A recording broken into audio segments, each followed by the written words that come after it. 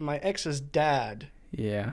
In last summer during the quarantine, he just went fishing. He's like, yeah, I'll go fishing. And he just went fishing. He just went. An entire day of fishing. I'm like, what the fuck are you doing?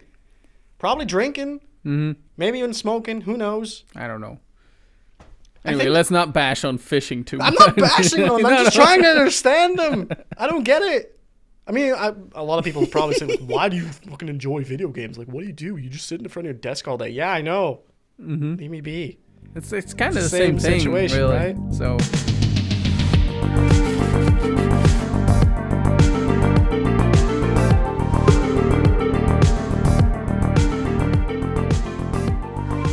Okay, that's better. That's better.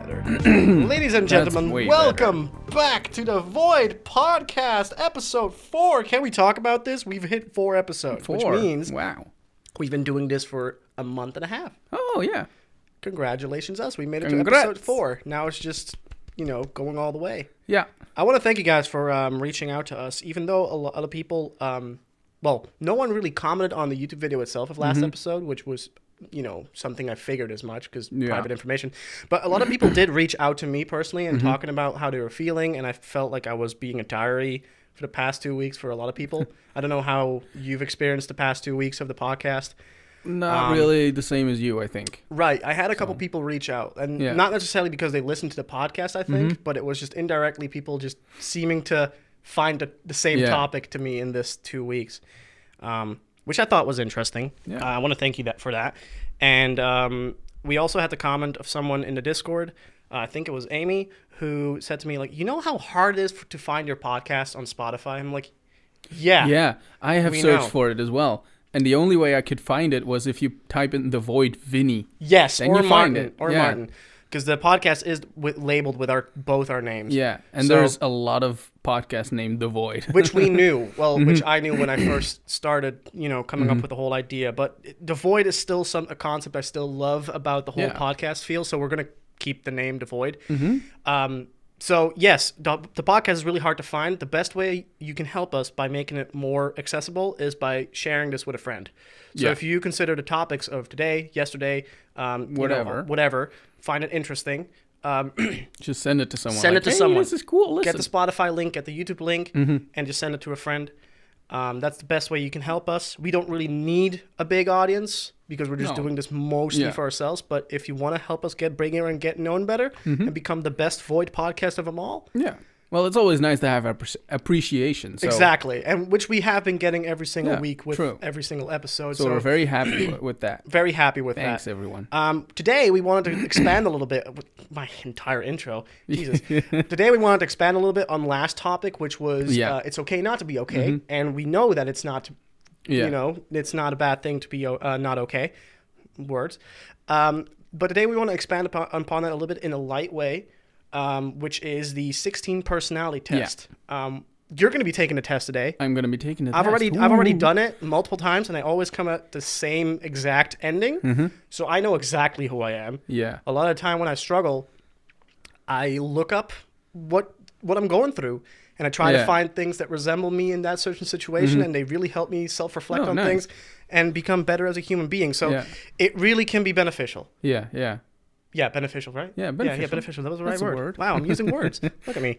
Now, I have done the test before. Okay. Like I think a couple of years ago, but I don't really exactly remember. I feel like my outcome anymore. I feel like a lot of classes in high school or in college, expect you to take them. I don't know why. Oh. That's where I learned about this. No, I learned them from my girlfriend. She was like, "Hey, you got to check this out. This is that cool." Makes sense. I'm quite sure her studies would have them use this. I think she got it. I think she got it from her studies. I did too. I don't know. I did too.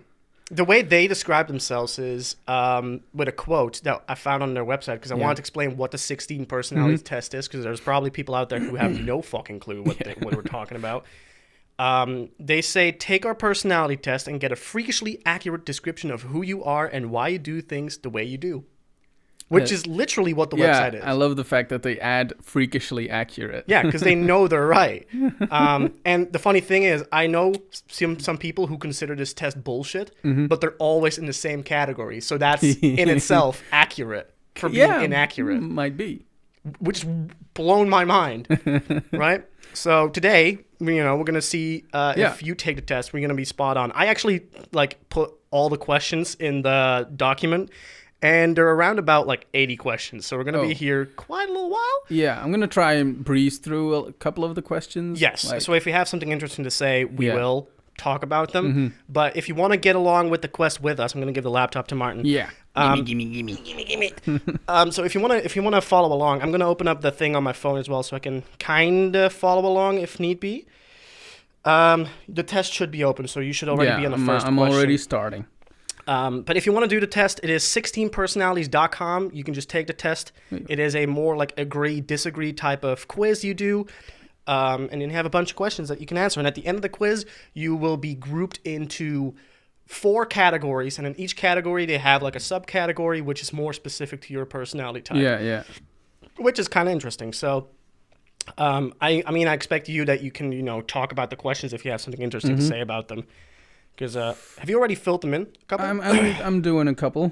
Which one did we start with, right? The first one? The very first one was, you consider yourself an influential person. Oh, shit. They're in a different order. I don't They're even in a different order? Oh, tidbag. I thought they were in the same order every single time. Shit, I can't follow along then. Oh, well. That's fine. Anyway. So what was the question? You consider yourself an influential person. An influential person. But I said I disagree. Yeah. No, I said I disagree because, I don't know. You don't consider regard myself as that. Right. Not even in my friend group, I'm not the guy who, if I say something, then everybody listens and everybody agrees, and not necessarily. I'm not the kind of guy that says, let's do this, and then we all do that. Or, right. No, we can't do that, and then nobody does it. I'm not that kind of guy. So I don't consider myself influential. Okay, so you did disagree. Yeah. Fully disagree. Okay. I don't remember what I answered on my questions, else I would have given you my perspective. But I can say that right now. I'm definitely in the middle ground there. Sometimes I like to be the influencer because obviously I'm on the internet a lot, and I try to put my positive view on the world onto other people. But then a lot of the time, like you said, for an example, when you're in a group of people, I'm not the guy that says, let's go do this. I'm I don't really care. I just want to stay at home play video games. I sometimes try, in certain events, especially when we went to Grass Pop every year, the metal festival here in town. I'm usually the kind of guy that's like, hey, do you want to watch this band? Want to go to this band? And then when there's when there's discrepancies of I want to watch this band, I want to watch the other band, I'm sort of sometimes the guy who says, well, okay, we'll split up this and that, or okay, I'll go with you, or stuff like that. So it's always nice to try things out. Try that, yeah. And it's funny because the test will figure that out as well. They will suggest it as your things to improve on, probably. This next question is also a lot of fun for me. Why? At social events, you rarely try to meet new people and mostly talk to the ones you already know. Oh, dude, that's a big yikes for me. Big agree. Yeah, that's a big agree for me, too. That's a very strong agreement. Even the people I know I rarely talk to. I am so fucking awkward. Yeah. I can be drunk. I can only talk to new people when there's a person I already know next to me talking with them as well. Right, so they kind of blend you in the conversation. Yeah, that's same here. I'm wondering, will you be the exact same outcome as me? I'm saying this right now. I don't know. Think Maarten is. You were, what were you? What was your I am a mediator. Result? Mediator. Green category. That kind of sounds like what I had. All right. I don't fully remember, I'm curious, but yeah. Because that would make no sense. We're the same, but we're not. So how are we the same category? I don't know, but time will tell at the end of the episode. That's what we spoke about in our friendship episode. Is our characters really do align, and yes, and our interests don't. So perhaps we are both mediators. That would kind of be boring. That you'd be the same thing, but in a way it wouldn't be. What? Sorry. It was a difficult question. I was trying to... What was the question? Tell me. You can easily remember how someone looks at an event that took place years ago. I'm having trouble with that. I don't think I've ever had that question. I feel like they rotate the questions. Yeah, or are they new ones or whatever? Perhaps. I haven't taken the test in ages. Well, ages. I say this 2 years ago. I'll say I agree because I do have a pretty good memory. Right, okay. I'm very sentimental, kind of middle ground. Yeah, no, I'm very interested in what you are. I know, like, at work, the whole reason why this is on the tip of my head, on the tip of my brain, is last year when, well, it's almost 2 years ago now, when I joined my new company that I'm still working at today. We were just having fun on a Thursday or on a Friday, I think. And you know those times where no one's working, but you're all talking just about random shit. It was one of those moments that one person of mine was talking about the 16's personality test, and we just gave him the idea, like, let's all colleagues just do the test, and we can figure out like which colleagues works with which. And it turns out like my entire table was like green, which is the same group, and like it works really well together. But for a giant group to work properly, you need one of each color, which is you need a green, mix. you need a yellow, you need a blue, and you need a purple. And that would make essentially for a perfect team that's good at everything. I wouldn't say that they would work perfectly together because I'm quite sure his personality types clashing. But I think that helps with the overall dynamic team growing. Yes. So to speak. A lot of us were green, and then there were a couple purple ones and a couple yellow ones as well. Oh. So that was cool to see, like, the entire group. Yeah. There's one question in here that really struck home for me. Okay. Even a small mistake can cause you to doubt your overall abilities and knowledge. Oh, for fuck's sake. Yeah, dude. Strongly agree. I have that. I feel like that's like the center of last episode. Yeah. Like, literally. You spoke about like your failures. Yeah. And like that just put you on a spiral downwards. Yeah, it's usually when I'm like having tough days or whatever, it's always a spiral down. It starts with something small, and then and maybe another small thing, and then by the end of the day you're just So I've developed this thing where if I'm having a bad day, I try to call myself out for it that I'm having a bad day, and therefore it becomes a normal day. Yeah, it's really weird. It's really weird because when I was a kid, I used to remember that like every once in a while I would have like one of the shittiest day of my life, and I would let it drag me down like completely. And then as I grow older, I started calling myself out when I noticed like, hey, I'm having a couple bad things happen to me today. Is it one of those days again? And then everything would vanish. Yeah. It's so weird when you become self-conscious of like you having a clumsy day, you having a very downer day where you get bad news or something like that. As soon as like it's midday and you notice the pattern, like, oh shit, I'm going through some shit. Wait, is this one of those my bad days? Then I just start laughing about everything. Like, oh shit, look at me stumble about. Like, ha ha, it's one of those days again. Yeah, and it just turns around the energy. It's sort of like when you name it, when you find what it is, you can look at it from a different perspective and make it and turn it around. Like that's why a lot of people love labeling their diseases and their shortcomings and shit like that. Like how ADHD has a term, how OCD has a term. I specifically don't like that because I have asthma, but I don't like to believe I have asthma because I do everything no one with asthma would do. Right? I'm like working out every single day. Yeah. But I have asthma, so I shouldn't. Well, maybe, right? So it's isn't it because you have asthma that you're trying to disprove it all the time by doing all those things? Matt, dude, you're breaking my brain. But like, for example, that could be the case. But I like to believe that I don't like labels. Yeah, I don't like labels. But the thing is, in a lot of, especially psychological and mental health issues, the labeling can be a very important part of the healing process, so to speak. Yeah. So I do agree with that for sure. For some reason, I just don't have that with everything. No, of course. There's some labels that you just don't want to be put on you, or you don't want to put on everyone else. Or... Yeah, exactly. For example, I'm talking personally because I don't want to put labels on other people, but I just morally don't want to put them on myself. For example, I'm allergic to fish. Yeah. Never got tested for it. I just know I'm allergic to fish. Yeah. You see what I mean? Like I don't want to get tested to know if I'm allergic to fish. I already know I'm allergic to fish. Yeah. So don't put that label on me that I'm allergic to fish. I know I am. Yeah. Right? Like I know. How I don't want to, but then again, like if I have asthma, of course I want to know like what the fuck's happening with my body. Why am I short out of breath all the time? Oh yeah, you have asthma. Okay, that makes sense. Which is why you can hear me breathe through the podcast. Some ASMR stuff for you guys. All right, I'll name another question here because it's nice. I like talking about random shit like that. Like you do your best to take others' feelings into account when deciding something. I feel like I would strongly agree with that. For me, it depends. Because I do think a lot about like all the consequences of stuff I do, especially if it's like a major decision or whatever.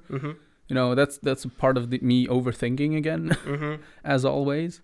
I have, again, the two sides of me, the introvert and the extrovert, deciding that question for me. Like, the extrovert says, like, fuck off. I'll do whatever I want I want to do. But then the introvert definitely is like, yeah, you should be careful about what you say because other people have shit too. You should probably, take their feelings into account. But it all depends on perspective for me. Like, if you're a person who has lied many a times to me and I've told you not to and I've caught you lying to me, and I'm talking about something very specific right now, if I catch you again lying, you can go sit up a stick, right? Like, you literally can just fuck right off. That's just reaching the boiling point, It's my personal standards, and I'm not gonna change them for someone else. But that also comes into perspective. And you prefer to completely finish one project before starting another. I don't really know what my answer would be to that. Well, you look at it practically. I do. In your own free, don't look at your work, right? Because at work you usually do. Yeah. But in my like spare time projects, whatever, I usually do have the tendency to try and finish something before starting another. But if I look back in memory, I don't think I really do that all the time. I want to. So I'm gonna. Well, because the question is you prefer to. I'm gonna agree. Yeah, it's not saying that you're doing it. You prefer it to. I would agree to. Mildly agree. I would agree to. I would agree too, but I'm notorious for not finishing projects. I'm notorious for that shit. Look at my YouTube channel for gaming. Like, there's so many Let's Plays I didn't finish. Yeah, true. I mean, sometimes you just need something fresh. Yeah, I'm also really bad at like finishing stuff. I usually start a lot of things. It's weird though, because like, I like to finish things. I love to finish video games, but then for some reason, when you force me to finish something, that's when I really don't like it. Let me finish it on my own. Fuck off. I'm in a very sweary mood today. Yeah, but it's fine. I like it. I like swearing. I'm in a savage mood today. Maybe it's because we're recording this at like 2 p.m. instead of like 8 or 9. Yeah. Yeah. Then we would have calmed down by the end of the evening. Right. You are prone to worrying that things will take a turn for the worse. That things will take a turn for worse. I read it wrong first. Okay. I read it like you were prone to worrying about things that will take a turn for the worse. Okay, but that makes no sense. Yeah, so I'm gonna. How many questions are you in right now? It said about like 30-something%. Oh, geez, you're growing fast. Yeah. So I'm trying to talk about more of the questions. That's fine. You're prone to worrying about things. Like, again, like I thought the questions were the same for everyone, right? Yeah, I do. I thought the questions were the same for everyone, but now that I just realized they're different for everyone. Yeah, or I mean, I don't know. They're in a different order, perhaps. There's a different order. I mean, there's 80 of them. You can't remember them all. No, but I'm quite sure they have like different questions too. I don't remember that. I've taken the test like 3 times, and I don't remember the questions being different. Maybe that's why they are different. Maybe. I don't know. You avoid leadership roles in group settings. I mean, we talked about that. Yeah. You don't. Well, you avoid them. I don't really, but... You avoid them. When there's something like... Wait, I'm trying to come up with an example. I was gonna say, I'm gonna give you an example. Yeah. If you are with a group of people, let's say GMM, right? Yeah. You're there. Both of people want to go to different. Well, a couple people from your group want to go to a different band who are playing at the same time. Are you the one that decides like, hey, we should do this, or is there someone else in your group that says maybe we should split up? Well, do you consider one of your friend group like the leader that always is like up front? That everyone follows? Yeah, there is a guy, but in the GMM setting, I'm usually that guy. Okay. Because I don't know, I feel like GMM is like my thing. Okay. And I'm just bringing them along. Okay. It's kind of horrible to say. I'm sorry, but no, that's so. Sometimes I'm gonna mildly agree. Okay. With that. I hear screaming upstairs. Yeah, I think they're screaming at my dog. Oh. My watch is like, relax reminder, your stress levels are unusually high. Oops. I'm recording a podcast. Shut up. No, I think my mom's screaming at my dog. She's been very active today. Yeah, I heard. Scratching everything. And you can hear the chairs move every once in a while. That's not someone standing up from like the kitchen or something like that. That's just my dog pushing the chairs around. She's very active. Yeah. She's huge. She's gotten big. She's 9 months. She's huge. She's bigger than Bubba. By the way, I have an English bulldog, so they're they're tiny dogs, really, but like they're literally. This one is really big. She's huge, and she's only 9 months old. It's crazy. Her head still needs to grow. She still has like loose flesh. Oh, so it goes to show that she still can grow bigger. Jesus. So, but apparently, with those type of dogs, if they eat raw meat, they are much healthier and much bigger than when they eat like the processed food. What do you call them? Dog food. Yeah, the dog food. The little bits candy, little cookie, bits of candy, the whatever. Cookie. I don't know how to fucking call them. I don't know. The crunchy bits, right? The crunchins. I don't fucking know. I don't know either. But yeah, like apparently they're a lot bigger, and Tash does eat like raw meat all the time, which is disgusting. Yeah, she's yelling at my dog. Yeah, I heard it. I heard, no! Poor mom. Ooh, this is a good one. Frequent alone time is a necessity for you. Dude, full yes. Yes. If I could even go beyond yes, I would do it. I would do it. I do love my alone time. You need that to recharge too, right? Yeah. You like hearing different perspectives on social or political issues. Dude, what are we doing right now? I mean, I guess so, yeah. When we went on the walk, right? We spoke about like how the Joe Biden and the Trump US elections are bullshit. Yeah, how they were complete bullshit. And a lot of people might disagree. I don't give a fuck. I'm not a big fan of politics in the first place, anyways. But we spoke about that, right? Yeah, we true. were going about different perspectives. I'm more of the hearing different perspectives type of person. I really do want to like hear a lot of people's views understand on things. It, but I don't understand it. Like that shit's just politics. It's off my scope, man. Like the way that I think about politics, and I'm talking about Belgian politics in specifically, right? It's like I don't understand them. Everyone seems like just a robot. Yeah, like they all are using so many sophisticated words and are talking about problems that aren't particularly mine. I know that's selfish, right? Yeah. But like I feel like politics is so widely scaled that's out of my scope of reality that I'm just like, I don't feel a connection to any party. I'm just doing my own stuff. They won't affect me, really. Yeah, true. I don't know if that's No, I know exactly what you're talking about. It's a weird feeling, right? I want to understand it, but I don't. I'm not smart enough I have for that stuff. around like every election time. I'm like, I have this sudden a little increase in my interest in politics because I do want to have an informed vote, you know? Right. I don't just want to walk in, that guy. Yeah, I don't really do that either. I do want to like know what is happening, or what's going on, or what this guy stands for, or what this guy wants to do, or whatever. I try, but then when I try, I realize again that, oh my God, it's so complicated, and it is so complicated. And I don't know. The thing with politics is there is no right or wrong. Because like a lot of people are like, oh, I'm voting for color black because color black does this and this and this right, and color blue does this and this and this wrong, and that's why I'm choosing black because blue's wrong. And I'm like, no, I see a lot of good points in black, and I see a lot of good points in blue. I disagree with blue, but I also disagree with black. Yes. What the fuck do I choose? I don't know. It's very difficult. Yeah. That's what makes my brain go loco. So that's how I try not to. I'm think also about politics too much. I've realized that for myself. I'm also quite susceptible to people who talk good, in the sense that, you know, like people who give speeches and or like who know what they're saying and use these big fancy words. I'm kind of, well, not like very easily, but I'm more susceptible to being persuaded by those kind of speeches or those people saying things.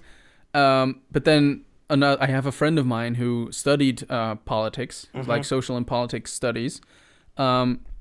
And he's usually the one that comes up to me and like analyzes what the guy's actually saying or what his policies are and this and this and that. And I'm like, oh no, I don't agree. But right. I was enamored by his flowery speech and stuff like that. Yeah. And that's also what I find very difficult about the whole politics exactly thing. That's what I'm trying to say. Like, a lot of those guys sound like robots because everything sounds so perfect when they say it, and you believe everything they say. But when you dissect a lot of things, you're just like, oh wait, hold on, I don't really agree with that. You just sugarcoated it in a way that you made me think like, hey, I like this. And that's any politician. I don't think there's any politician out there who genuinely is just talking the way he thinks he is. I think they're always trying to sugarcoat it to make it so that they have a broader perspective. Of course. To get more people to like them. But then again, like I said, like that's too big of a scope for me. Like that involves too many people, and I'm already struggling like keeping up with my own bubble, right? I'm already having a hard time figuring out like, how is my best friend doing? How is my mom doing? How is my dad doing? How is my brother? Yeah. You know? I find that more important than deciding politics for an entire country. Yeah. But maybe that's because I'm young. Maybe that's because I'm stupid. Maybe it's both. Maybe it's both. I don't know. Both. I don't know. I always had that like interesting view on politics that I don't want to say I don't care, but I don't care. Yeah, I know exactly. And that's like kind of a generational thing.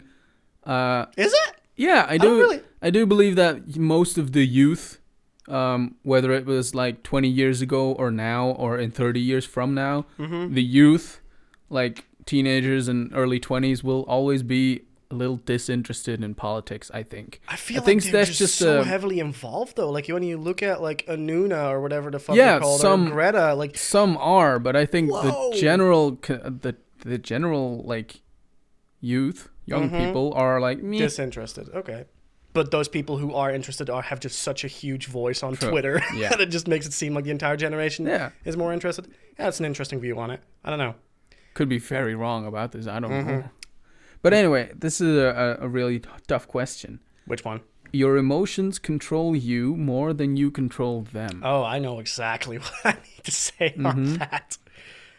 Definitely. But I'm having trouble trying to figure this one out. I would say you're in the middle ground. Like, if you don't know what to say straight away, I would say you're in the middle. Yeah. But if I had to answer that for you, I always considered you a very thought out guy. You wouldn't just do something impulsive because you're feeling happy or you're feeling mad. Yeah. I don't think you're that kind of guy. I am. If I'm mad, I'll fucking punch a brick wall. Right? I don't think you would do that. So if you're not sure, I'd say you're in the middle ground. I try to control my emotions, but I do realize that I usually can't. But do you let your emotions act? Like, if you're sad, you go do something because you're sad. Yeah. You do? Oh, well, the eating, so, perhaps, yeah, right? the eating and the stuff. But that's one specific thing. I'm going to mildly agree. Because I feel like I can't control some of my emotions. Okay. So, I don't know if that's a bad thing, per se, but... I don't think that's a bad thing. I've definitely done things... I mean, my characteristic type says it perfectly. I feel a lot more than I think, which is weird because I'm an overthinker. But I feel a lot more. Yeah. And I do a lot of things because they feel good. But during the whole overthinking, I think I have that too. It's during the whole overthinking because you're usually thinking about what you're feeling, and you're feeling a lot. And I think that's I have a feeling, and I've already said it in the beginning of the podcast. Yeah, we might really be the same guy. You're going to be the same guy, which kind of destroys my entire purpose for the thumbnail because I was going to make a thumbnail with like our characteristic types on the front. But if we're to say, what am I going to do with a thumbnail? I hope you guys like the thumbnails. I hope you like my basic Photoshop skills. Basic? You're pretty good at Photoshop. Come on. I'm decent. I mean, I'm all self-taught, right? I learned how to be a graphic designer in school, but like they didn't really teach me anything new. No, yeah. I'm not a good drawer or anything like that. It's just I like to use Photoshop. You usually postpone finalizing decisions for as long as possible. Depends. How do you finalize a decision? Don't you just make it or not make it? I'll give you an example. What are we going to eat for dinner? What am I going to eat for dinner? Right. I know what I'm going to eat for dinner. But how long did it take you to decide that? Well, not that long. Oh, fuck. I tried to give a good example, but like I have that every single day. What are we going to eat? I fucking don't know. Yeah. But we're trying, me and my girlfriend, we're trying to do a week schedule now. I feel like we spoke about that on the podcast before. That's really good. So we're doing a week schedule.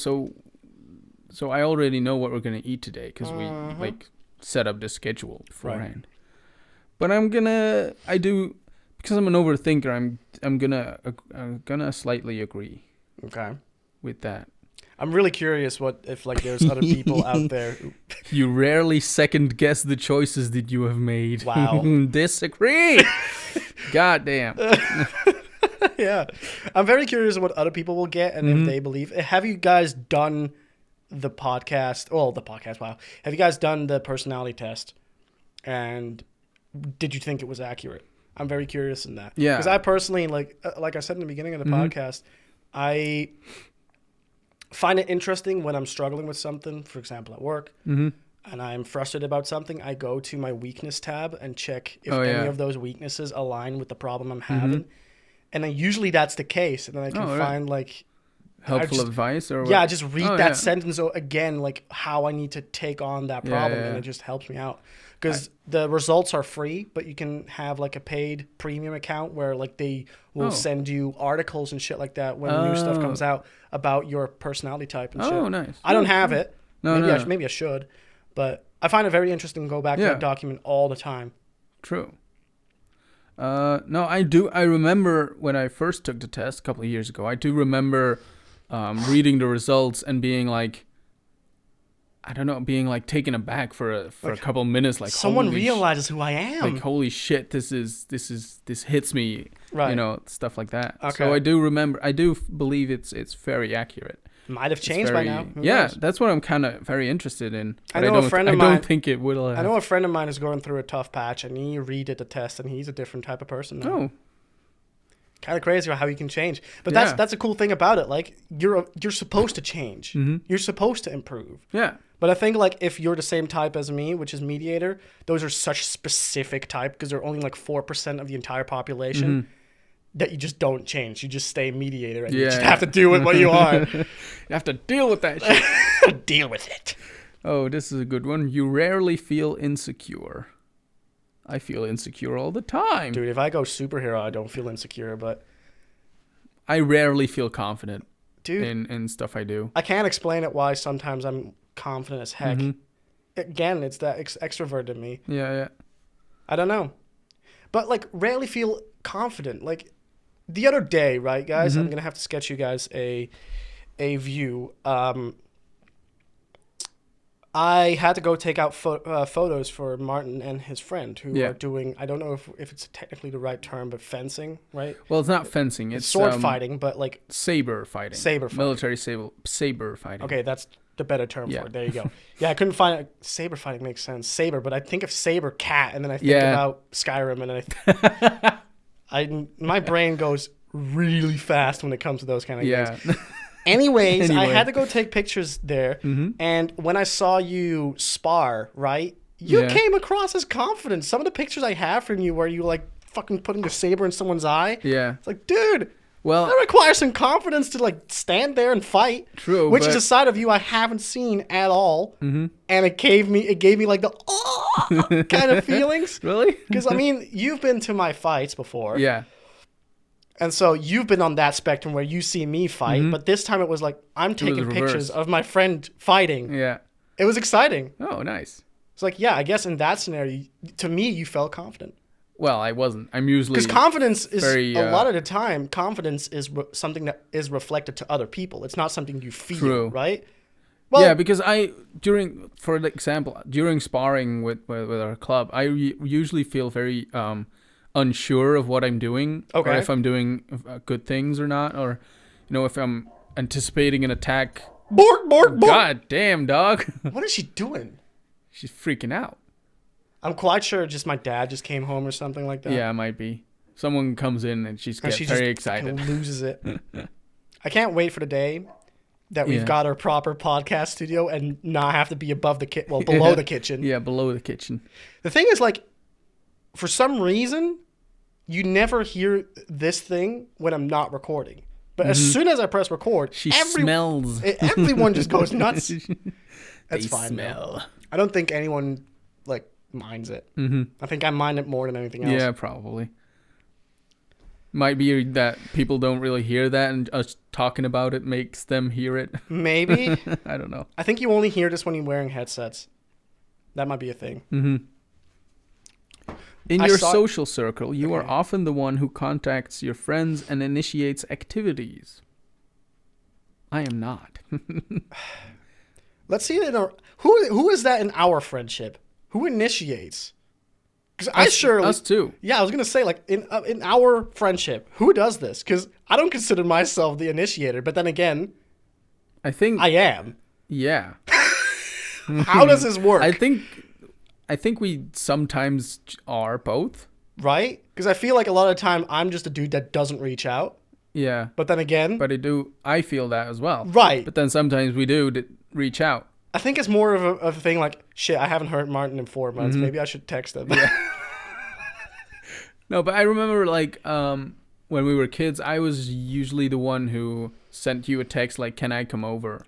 Yes. So in that sense, back then, I think I was more the initiator. Yeah. But like nowadays, I don't know. I think we're kind of like on the same level or whatever. I think we just understand each other, that we don't really need that initiating thing. It's just like, hey, dude, are you around? Mm-hmm. Oh, you got no time? Okay, that's fine. Yeah, true. Which, by the way, this podcast is being recorded the day of it being released. Well, within 24 hours of it being released. So I hope I can render this in time. I do hope Every single episode I've had render issues, and for no apparent reasons. Oh, God. So I hope this will work this time. Oh, this is a good question. You take great care not to make people feel foolish when you're explaining something. I do that. Wait, so you try to explain yourself better so you don't look foolish? No, when I'm like when you have a question for me and I explain something to you, I do take great care to not make you feel foolish about not understanding it. When I'm trying to make you understand it. I'm guilty of that, not doing that. Really? Depending on what topic I'm talking about. Yeah. Example. It makes me feel awkward. I don't know. Sometimes it's just when someone asks me a dumb question about photography. Here you go. Me using dumb question. There are no dumb questions. But like about photography or a dumb question about martial arts. Mm-hmm. I wouldn't say question. When they make a statement that is, in my opinion, dumb about martial arts, that just makes no sense, I will have no respect for that. Maybe I should. Sometimes I'm not that friendly sometimes. Work on that. Yeah, work on that. It just made me realize, like, I'm a fucking dick. No, you're not. Come on. I'm not, but I am sometimes. I just realized it. I want to be a dick more. Okay, hold on. Yeah. So the reason why I'm saying this is because I don't sugarcoat things, and I guess it's the same thing here, right? Like you try to not make them feel bad, but like I don't sugarcoat things. I just say the things how they are, the way that like, oh no, that's not how you throw a hook. This is how you throw a hook. Yeah, true, but that's not the same as making someone feel foolish. No, I'm not trying to make them foolish. I think I just say it directly, which indirectly makes them feel foolish. Sometimes, I get that. Yeah. If that explains it better, how I do things. Like, I don't sugarcoat things. I just say them like, yeah, this is how you throw a hook, not like that. A hook as in like a punch. A punch. A punch. This is how you throw a hook, like a coat hanger. Like, I don't know. Or a fish hook. I've never fished in my entire life. Me neither. I don't think it's very entertaining. And those who do it, please explain to me why you can be this peaceful. Because I don't understand it. I can be peaceful, but I just don't want to sit outside doing nothing. Yeah. When I say to people that I'm busy doing something. My ex's dad. Yeah. In last summer during the quarantine, he just went fishing. He's like, yeah, I'll go fishing, and he just went. Fishing. He just went. An entire day of fishing. I'm like, what the fuck are you doing? Probably drinking. Mm-hmm. Maybe even smoking. Who knows? I don't know. Anyway, let's not bash on fishing too much. I'm not bashing them. I'm just trying to understand them. I don't get it. I mean, a lot of people probably say, like, why do you fucking enjoy video games? Like, what do? You just sit in front of your desk all day. Yeah, I know. Mm-hmm. Leave me be. It's kind of the same thing, situation, really. Right? So... But sorry, I found a very funny question. You would love a job that requires you to work alone most of the time. I have a job that requires me to work alone most of the time. Yeah. Being an editor is fun because you can sit in a dark room all day alone. I was going to say, and no one cares. No, usually as an editor on a big project, you're usually with like a director or whatever. So, but a lot of the times you're also doing stuff alone. Yeah, and especially if you're doing it like on your own, like scale it down from production to YouTuber. Yeah. You just goo. Who's tubing? You're just tubing. You're just YouTubing. You're just tubing you. You're always curious about why something happened the way it did. I'm very fascinated by... Always. Yeah. Dude, why are we here? Like, why are we doing How this? do we go from giant flesh-eating dinosaurs to, like, monkeys? How?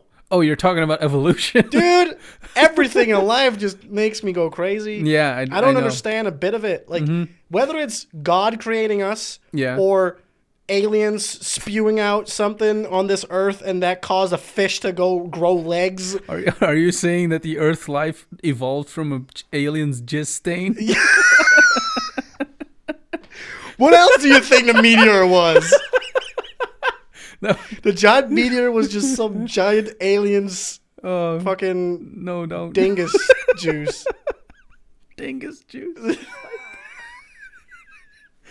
All I'm saying is, yes, I question everything. True, and that's a good thing.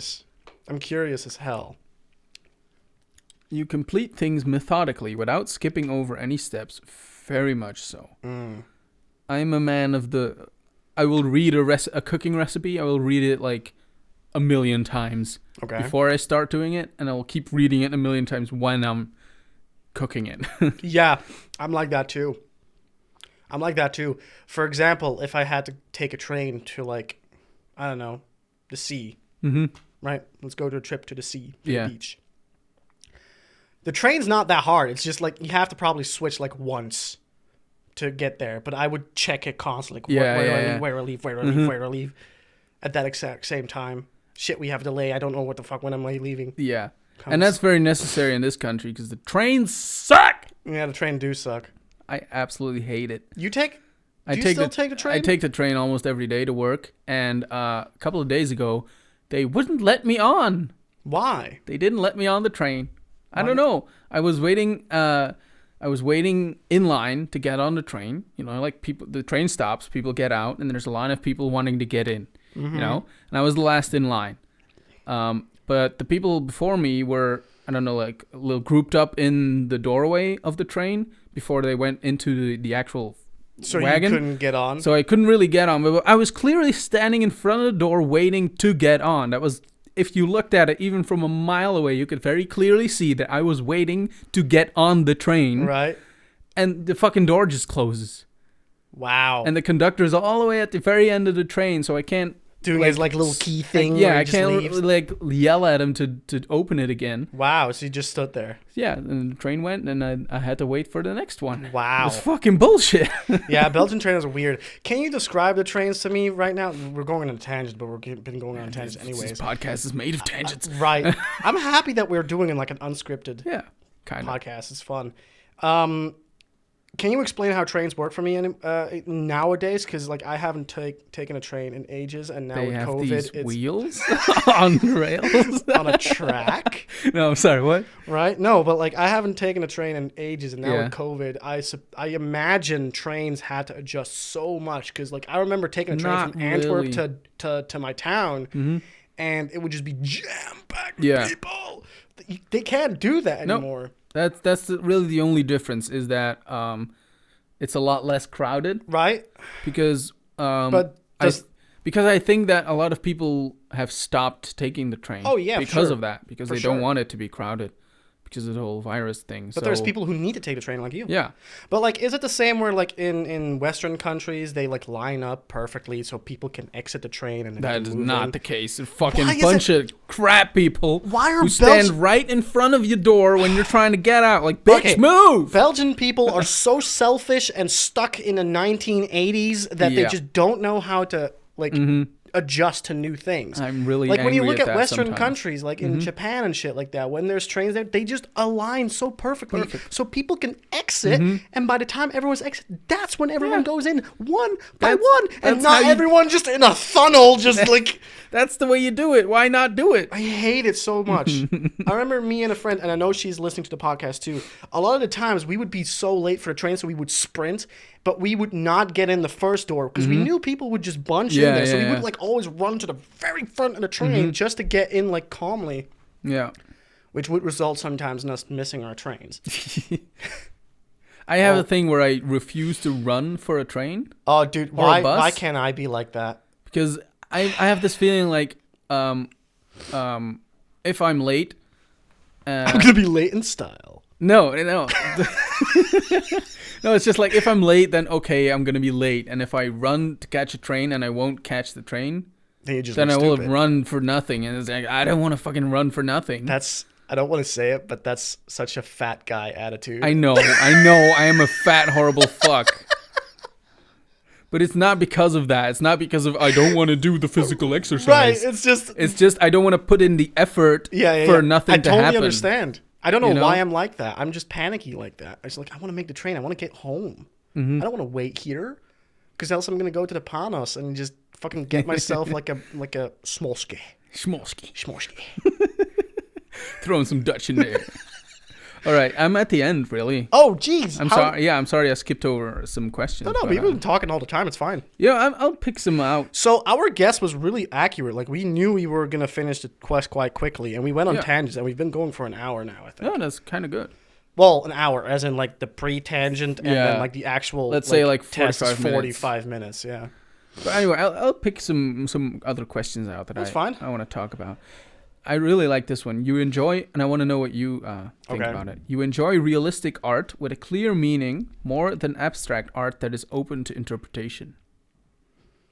I want to know what your take on that would be. That's a difficult one because I've only recently gotten myself involved into art, right? I don't know jack shit about art, like painters and stuff like that. Like, I just know Bob Ross. The way I look at my pictures, which is considered art, I guess, is that they are open to be interpreted, but they're not abstract. No, of course, they're not abstract. Right. Just you see a tree and you see a mountain. They're figurative. Right. But like when you see it in my pictures, for example, when I am jumping in the sky and it looks like I'm either being hanged on a fucking invisible rope or I'm being taken by an alien abduction.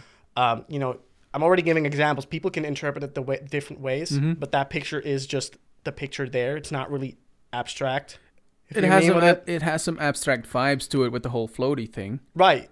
When I think of abstract, unrealistic. When I think of abstract, right, I think of something you can't really decipher straight away. Yeah, that's if you look at my pictures, you could just like, oh, he's floating, right? True. But there is a certain like surrealistic element to it because of the floating. I like to throw the people off. Yeah. Right. The other day, I made a picture of the broken watch where we spoke about during the podcast. I made a picture of that watch, and it's just a stereotypical like advertisement for a watch, kind of like hand in pocket kind of shot. But it's my watch is just shattered. Like, I love throwing people off like that. Yeah, I love that. But so like if you were to look at like if you were to walk in a museum and you saw a lot of like paintings of like realistic Renaissance paintings. Is that something you would enjoy more than... See, that's what I'm saying. The abstract paintings of like lines and splashes and... Yeah, that's what I'm saying. Like, I don't care about any of those, really. Okay. So I think it's like, I don't really consider myself a connoisseur of art where I can appreciate someone else's art. It's just I like to create art myself. Yeah. So I'm very weird like that because I hate going to museums. Yeah. I'm not really that kind of person that... Well, I wouldn't say I hate it. It's just that it doesn't really satisfy me. So like I find it hard to answer that question. Yeah, but I mean, you can appreciate if a picture is good looking. When I look at pictures, are completely a different world. I was talking about paintings. When we talk about paintings, like I can see like the Mona Lisa and be like, yeah, that's a painting. And I'm like, how the fuck does someone do that? I can draw a stick figure with paint. So like that's where my brain stops, really. So you don't really have that appreciation for... Well, I appreciate it more than just lines because I'm like, I can make that in like Illustrator as well. That's where we're going. Right? That's so like what I wanted to know. But then again, in the entirety, I don't really care. It's someone's art. Someone created that. Someone has definitely a feeling about that picture. Like I have pictures that no one knows what the hidden meaning behind that is, but to me, they mean something. You know? So I'm a little bit You're kind of in the middle. I would say I'm in the middle because I can't really give you a straight answer. Like I don't care about art, but I create art myself. So yes, I'm more of an abstract guy. Okay. In the sense that especially since I went to film school, we had a couple of lessons of like art history, and especially the year we had art history about like all the art styles after World War II, which is when all the like abstract and modernistic stuff started really, and I was so fascinated by it because of the fact that it was such a almost, and people are gonna hate me for saying this, but almost a punk attitude towards art. Yeah, it's fuck your fuck traditional... fuck your portrait of a farmer. I'm gonna fucking stick a toilet on a pedestal and call it art. Fuck you. You know? I get it. And I love that. You love that aspect of like, I don't give a fuck. I'm just gonna play whatever. Yeah. And also, a quote I really loved from my high school art teacher was, art is the most subjective impression of your most subjective expression. That just blew my mind, but yeah, I agree. So in that sense, I'm a strong believer of everything can be art, in a sense that anyone can find something that they like in every art piece there is. That's what I'm saying, right? As in like, it's your art, you're making it, so therefore it's art. But that doesn't mean that everyone will like it. No. Of course. But then again, like if I look at like example of Mona Lisa again, like I can appreciate that, but it's not like I love this. Yeah, no, it's just a picture of a woman, right? Yeah. Someone painted that. What the fuck? That's crazy. But it's not that I'm gonna decipher everything. It's like to me that's just a picture of a lady. Yeah. No, I get what. But then again, probably the person who made that picture probably has some value to that. Well, mark your words. I said person who made that because I have no fucking clue who made the Mona Lisa. Really? That's how much I know of art. Come on, dude. It's fucking Da Vinci. Well, there you go. Now I know. Okay, I'm sorry. I made you feel foolish about explaining something. I probably should have known that, but I didn't. That's how much I care about art. It's not something that stays in my goldfish of a bulb, right? And it just doesn't stay here. All right, I'm gonna end the test. Like with my gender, I am a male. Oh shit. Revelations. See results. You are I am a mediator. Well, fuck it. I knew it. INFP-T. Oh, and exactly the same, exactly too. You have a T problem. and an A. Yeah, exactly the same. God damn it. So, dude, that's interesting because then we can discuss about it because there are strengths and weaknesses in there. Let's just quickly breeze through it if you find something interesting. I am 89% introverted, it says. 89%. Wait, hold on. I'm going to grab my phone and, like, grab my... yeah, we can compare. I can compare. I should be able... Oh, I got a new Tinder match. Hi. I didn't put my phone on airplane mode, I just realized. Hold on. I'm going to log in, but how do I log in? I don't remember. Oh, I actually do have a login. Nice. Cool. Thanks. Okay. So I'm also a T. Where do I see this again? Apparently, I'm very intuitive and less observant. So wait, hold on. So with mind, yeah. Because I have the same thing. Yes. Mind. What were you? I was 89% introverted. 89%. I'm 82% introverted, which makes sense because I do have that extroverted side of me. True. And then in energy, I'm like 76% intuitive. 76. Wow. I'm 53. Whoa. That's kind of in the middle. But I don't really agree with that one because I think I'm more of an observer.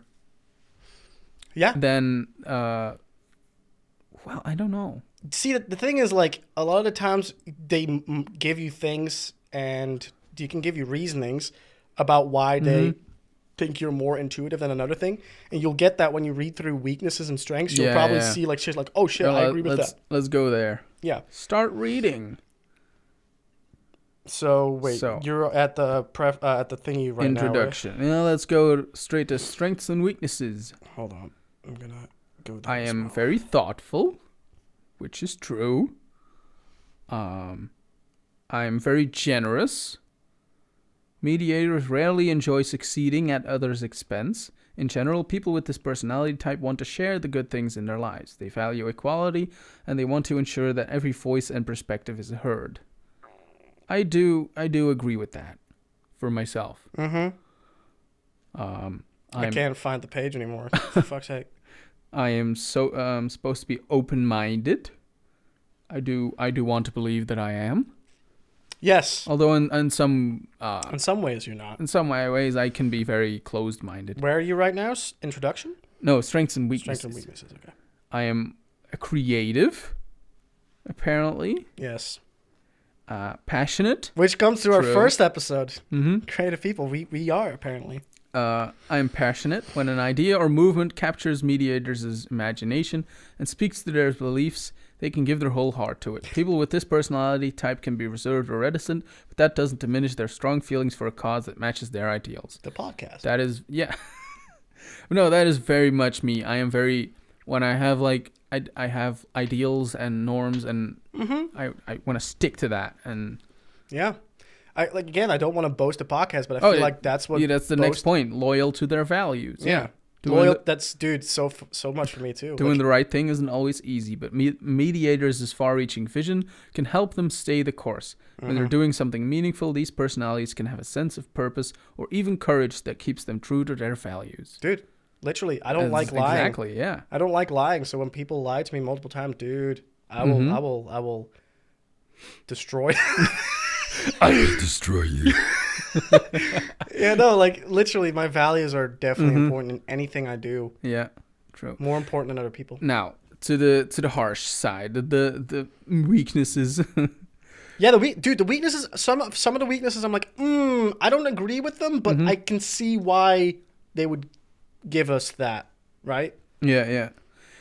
Apparently, we're overly idealistic, and I can agree with that, but not with one thing that they say here, or expect every aspect of their job to feel meaningful. I do. Oh, no, wait, yeah, I do want my job to feel meaningful in every aspect. Yeah. But right now it's not. That's what I thought they were saying. No, it's like you want everything you do to have a meaning, right? Again, I keep coming back to this podcast. This podcast is definitely valuable to us because we put so much emotion into this. Yeah. If you boil down to it, it's just us talking to each other about our feelings. But there you go. About just how we feel and how we think about certain things, how we value certain things. So yeah, no matter what we do, and I spoke about this last time as well, you'll never catch me do something I don't want to do.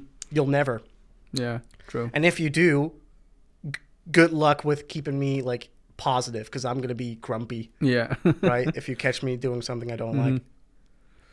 Well, we're also very self-critical, which is, strongly agree. Strongly agree.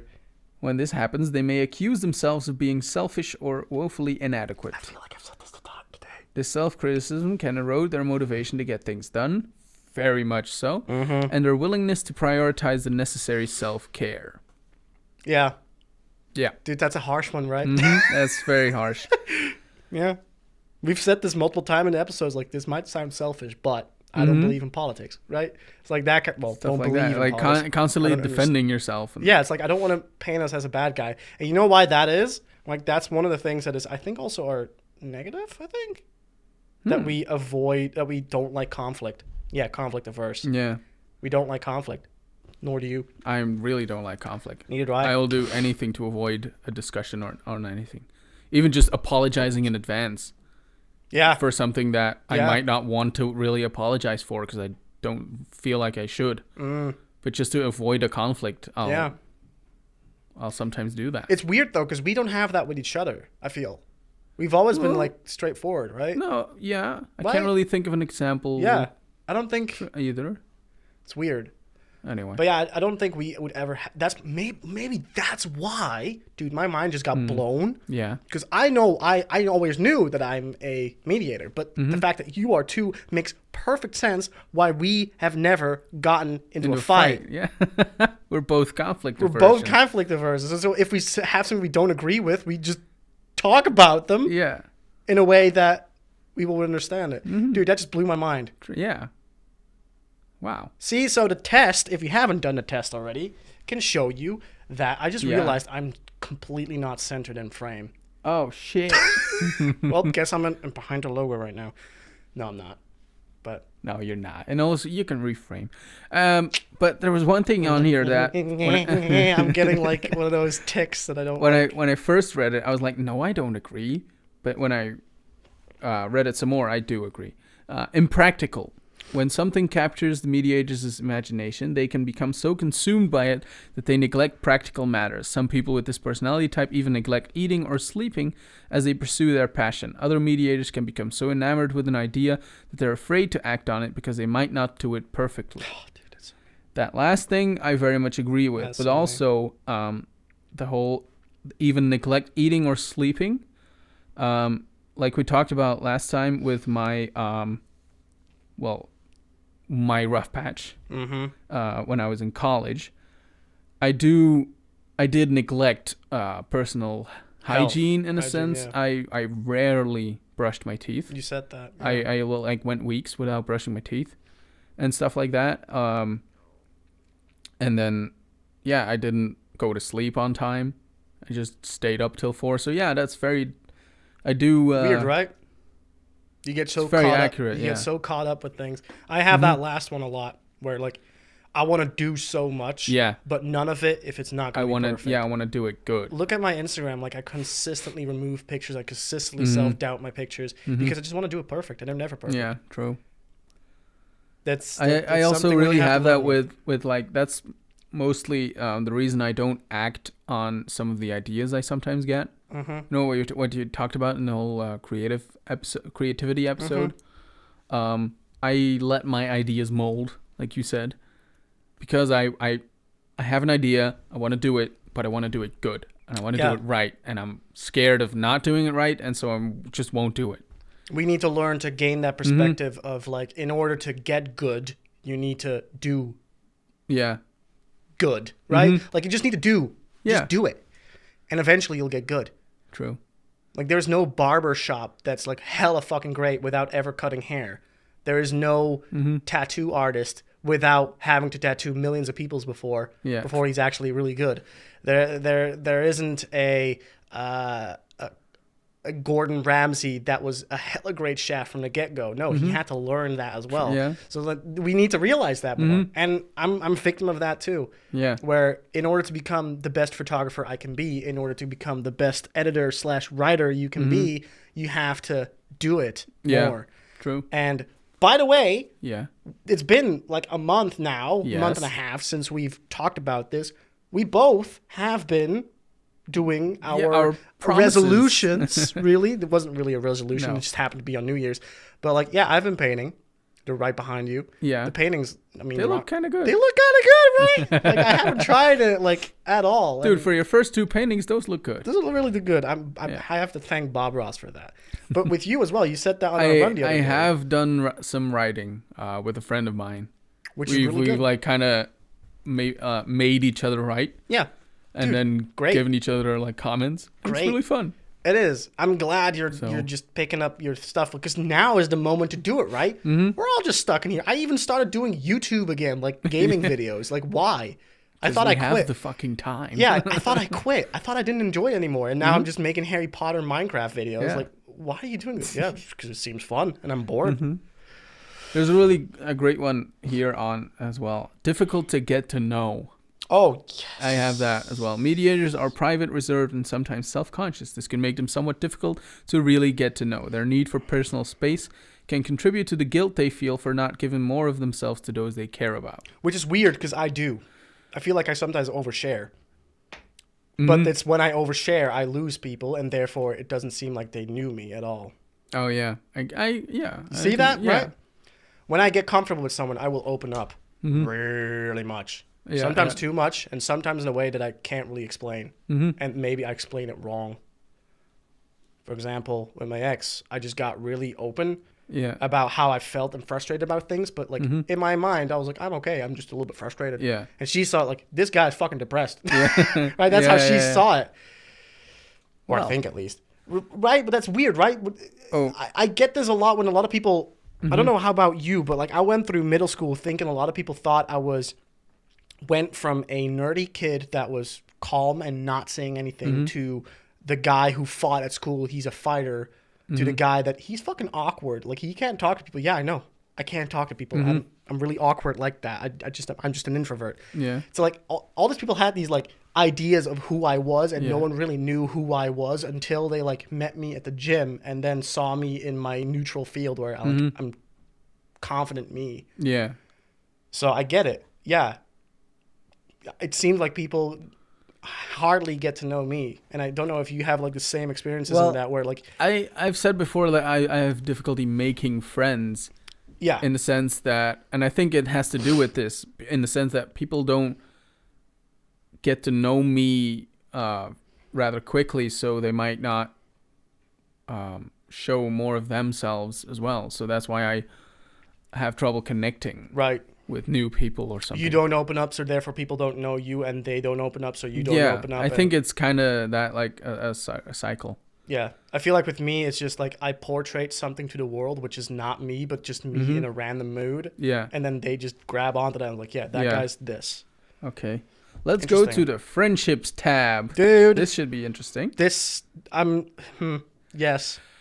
This one line sums up exactly what I was talking about with the whole, like, characters need to be need to align for people to be friends. The search for kindred spirits.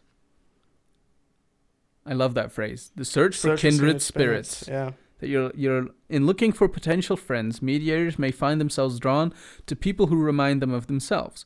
Specifically, they may look for people who share their curiosity about human nature and their belief in doing the right thing. Among these kindred spirits, people with the mediator personality type may feel accepted and understood in a way that helps them bloom in their own time. That just fucking perfectly describes our friendship. That's like exactly what I want in like great friendships, is that connection on a very intimate level of like, yes, we are alike. And that just goes to show that this conversation just became full circle, because I already knew I was a mediator. I didn't know you were too. So knowing that we both have this need explains it so very much. Yeah. Why we are the friends for life. It's fucking exactly. Yeah. I've got 3 really close friends here living near me, and they're all friends for life. Yeah. That's hella crazy. When mediators befriend someone, they may secretly or not so secretly hope to be friends with that person for life. These personalities are capable of strong, stable friendships marked by passionate support, subtle poetic wit, and a profound level of emotional insight. I'm that subtle poetic wit with my with your words? With my words, yeah. I can't think of any words right now. What is the word that I've been using? Not acronyms. I don't know what you're talking about. Fuck, where I came up with the mold, where I came up with like your It's idioms. not idioms that I'm looking for. I'm grabbing my tongue. It's on the tip of my tongue. Well, fuck. It's not acronyms. I can't think of the word. Anyways, metaphors. Yeah, there you go. Damn it. We're dumb. I definitely am that kind of person in our friendship. Like I try to always, see something poetic about everything we do. Okay, let's check out parenthood real quick. I'm this is crazy, right? Interested in what that might be. Parenthood. Mediators tend to see life as a journey toward meaning and fulfillment. Few things give them more joy than bringing like-minded people on that journey with them. In their own understated way, mediator personalities enjoy helping others learn and grow, and they can find a unique opportunity for this in parenthood. I think I would be exactly that as a parent. I would want my kids to be the best. Yes. Not like in an overachieving kind of way, but like be a good person and like grow and become. Yeah, same here. I have this fear in me, right? As a kid, I always wanted kids, and now as I grow older, I don't, for the reason that I don't feel complete myself. So how am I going to make my kids the best version they can be? Yeah. That's my weakness, right? The self-doubt. True. The always never-ending self-doubt. So that's for me, like I want my kids to be like the greatest whatever they are interested in. Like they can choose whatever they want to do. I will support them all the way through. It's just that how am I going to do that if I don't know all the answers of the universe? I need to become, what is his name again? God. I was going to say Magneto, but that's not Magneto. Who's the guy that knows everything or just controls things with his mind? Professor X. Professor X. Nah. Xavier, right? Xavier. There you go. Xavier. Well, Xavier. That works too for me. Well, anyway, mediators never stop encouraging their children to learn and grow. These personalities use their sensitivity to communicate in ways that will resonate with their children. Mm-hmm. I think that would, I'm not a parent, and I'm not going to be a parent for a couple more years. You never know. I just saw your fucking head explode. Please don't.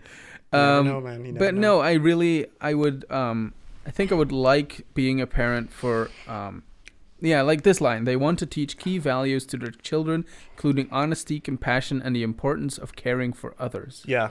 You know, I want to make my kids good people. You're just basically saying, I'm a mediator, you should be too. Well, not the whole should. Should is the wrong word. You should be too? You can be. And I want you to be a good person, whatever personality they might develop. I don't know. But I want them to be at the core of their values should be you're a good person. Yeah, I want them to be as good as they can be and as sincere as they can be. Yeah. I think that's just basically what I said. Not exactly in that words, but like I'm a mediator, you should probably be too. Yeah. I don't know if that's like the right way to say it. Yeah. But that's how it feels because like as a mediator, you consider yourself like I just want to be as good as I can be. So therefore, you should be too, right? Yeah. But I don't want to put the word should in there because that like implies a duty or no. I don't want to use that way should as in like you need to be that either. It's just as in like I advise you to or like I would love it to or I don't know the word that you would too, but like here, do something with that information. Yeah. All right. Let's go to the conclusion real quick. Conclusion is basically telling them to buy the premium, I think. Yeah, but the first part is a bit of a conclusion, actually. Okay. So, few personality types are as poetic and kind-hearted as mediators. Oh, thanks. Oh, thanks. Oh, my God. Their altruism and vivid imagination allow them to overcome many challenging obstacles, and more often than not, they brighten the lives of those around them in the process. Mediators' creativity is invaluable in many areas, including their own personal growth. Yet, mediators can be tripped up in areas where idealism and altruism are more of a liability than an asset. When it comes to finding or keeping a partner, making friends, pursuing a meaningful career, or planning for the future, people with this personality type may need to consciously develop their weaker traits and gain new skills. Have you noticed what I've been doing the entirety of 2021? Develop their weaker traits and gain new skills. There you go. That's also something I find very important. I've been less negative. I've been thinking less. I've been doing more. And I've been developing new skills. Yeah. Booyah. Let's fucking go. Dude, okay, this is a little bit anticlimactic. I didn't expect you to have the same personality type. I think we've done everything. So. We've done everything, so I'm going to hand it back to you. We don't need the laptop anymore. Get out! Oh. It's a little bit anticlimactic of seeing that you're the exact same type as me, but as a conclusion that just blew my mind is like, this makes so much sense. Yeah, it makes sense now. It makes so much sense why we're friends. It's literally because we're the same type of person and we have the same core needs that we already spoke about. Yeah. I find it interesting that over the course of these 4 episodes, these have really drawn a line in a theme and in how we are as a person. I think we can only go downwards from here with our next podcast episode. Well, anyone listening, don't bother listening to the rest. We've hit the golden era of the void. We've hit our peak. Just listen to these 4 episodes on repeat forever. No, but literally though, like... Yeah, no, this is really cool. It's weird how there was a silver lining between all of them. I am very fascinated by that. We have a little bit more time before we should wrap up. Yeah. I wanted to talk about something. I wanted to start the episode with. You love Jack Black, right? Jack Black, yeah. Right? I know you like him as a person. He's a funny dude. Is it that video where he's dressed up as Thor? Yes, please. Oh, I'm so sad I'm so sad you've seen it already. I mean, I'm a child of the internet. I've seen everything. I mean, it's on Instagram, so I thought there was a chance. You don't have Instagram that you haven't seen it. Yeah, but it's also everywhere else. If you haven't seen, go check it out. Jag Black on his Instagram where he's dressed up as Thor. It's fucking Why brilliant. does it look so good? He looks like Fat Thor. Yeah. It's just Oh, it's fucking great. It's just I love Jag Black. He's so weird and spontaneous and just it's just cool. He's just him. That's so great. I love the guy. I don't know how you can't like that guy. Even if you don't agree with him, he's just a funny dude. Yeah. I mean, I guess you could find him obnoxious. Obnoxious. Obnoxious? There you go. Obnoxious. English with Vinny and Maarten. Sorry. We're going to the racist dialects again. No, we're not. We're not. We didn't. We never did. We never did. You don't know about this. No, that should be like a sub podcast, like English with Maarten and Vinny. Just put some violence underneath there. Just a crackling fire. That's going to be our Christmas episode. We're going to do an entire episode. Wait, hold on. I need to check this right now. When does Christmas fall this year? Hold on. I'm checking right now. December 25th. Please. Is it a Sunday? No, it's a Saturday. But that means we can release like a Christmas episode on Saturday. On the second Christmas day. Who's going to watch? Who's going to listen to that on Christmas? On Christmas? Yes. No, well, not on Christmas because it's the day before, but Saturday is the Christmas, and then to the 26th would be the Christmas episode. Dude, I'm totally down for it. An entire episode where we read Stort Stories. Stort Stories? Did you do that on purpose? Yes, I did. Yeah. All back. Literally, though. Dude, this week has been a little bit hectic. Yeah. Because we are still in a global warming, global pandemic, right? And here in Belgium, they're doing like the whole vaccine thing. And I don't know when there's going to be an end. I'm kind of... Yeah, no, I know what you mean.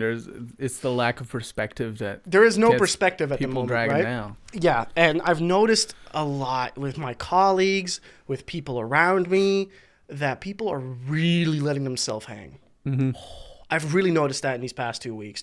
Maybe it's because we spoke about like it's okay not to be okay, that it wasn't a topic on my head, and I started noticing things left and right. But like so many of my colleagues are going through stuff. So many people in my close friend group are going through some stuff. Yeah. I just want to make them feel better, and I know I can't do anything about it. Mm-hmm. And like, it's tough. The biggest example for me I don't want to really talk about bad things, but like my dad just decided to stop his gym, which he's had for 20 years. That's insane, man. I basically grew up in his martial arts gym. Mm-hmm. Well, basically, literally, I grew up there. Like you just saw like an old picture. Yeah. Like I'm on there as like a 6-year-old kid, just there, always, every single evening. My dad was teaching classes. I was there, and then after a short period of time, I started participating myself. So it's weird to like now during the COVID pandemic, I haven't really done martial arts really. Maybe a small period of time where we were allowed to go back to the gyms, but not really that long. And then now to having to realize that that's never going to happen again. Mm-hmm. Really it's weird. Tough. Yeah. Really weird. And the amount of people my dad has affected, and I mean, it's his decision, it's his gym. So if he wants to quit, he wants to quit.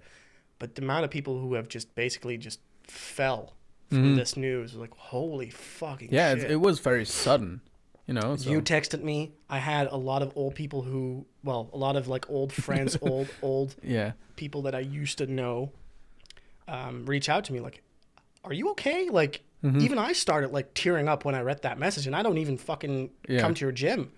It's just that's how I've always known you. Like you were always there.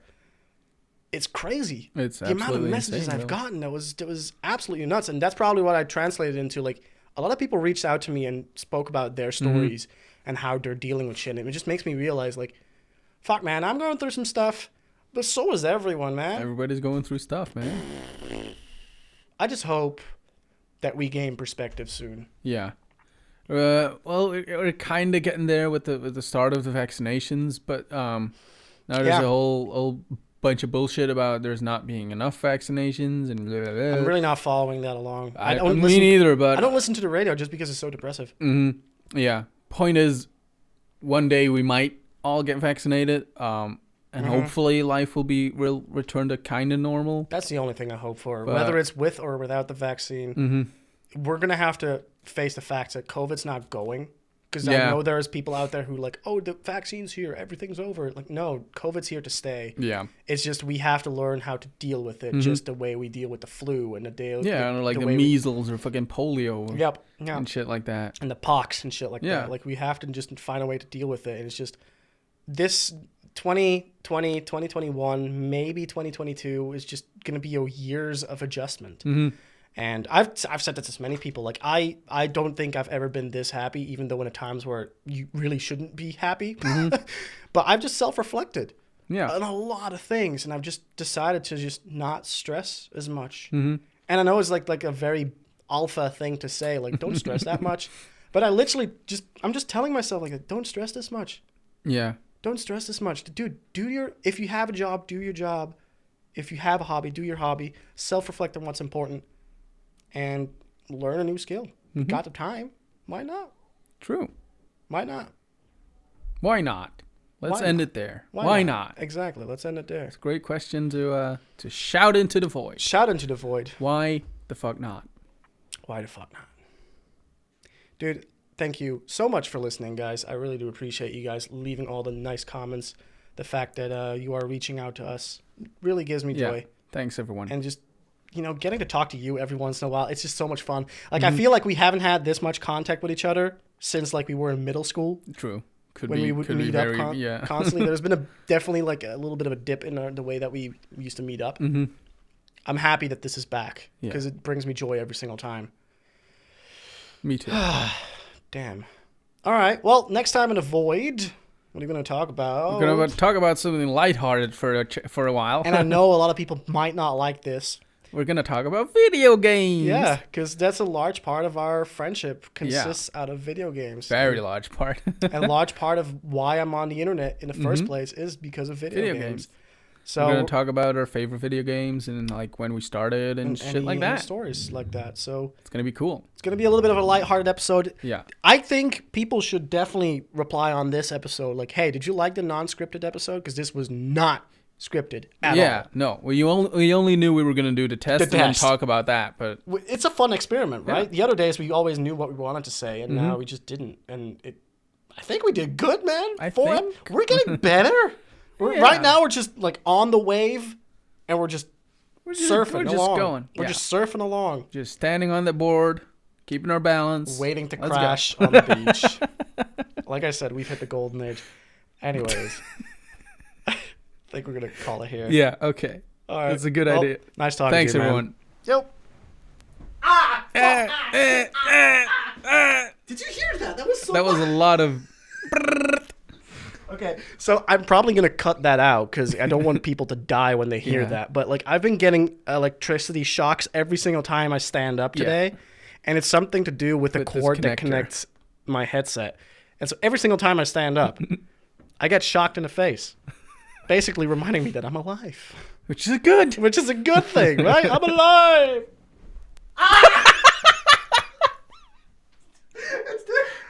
I was waiting for it. I was waiting for you to get up and...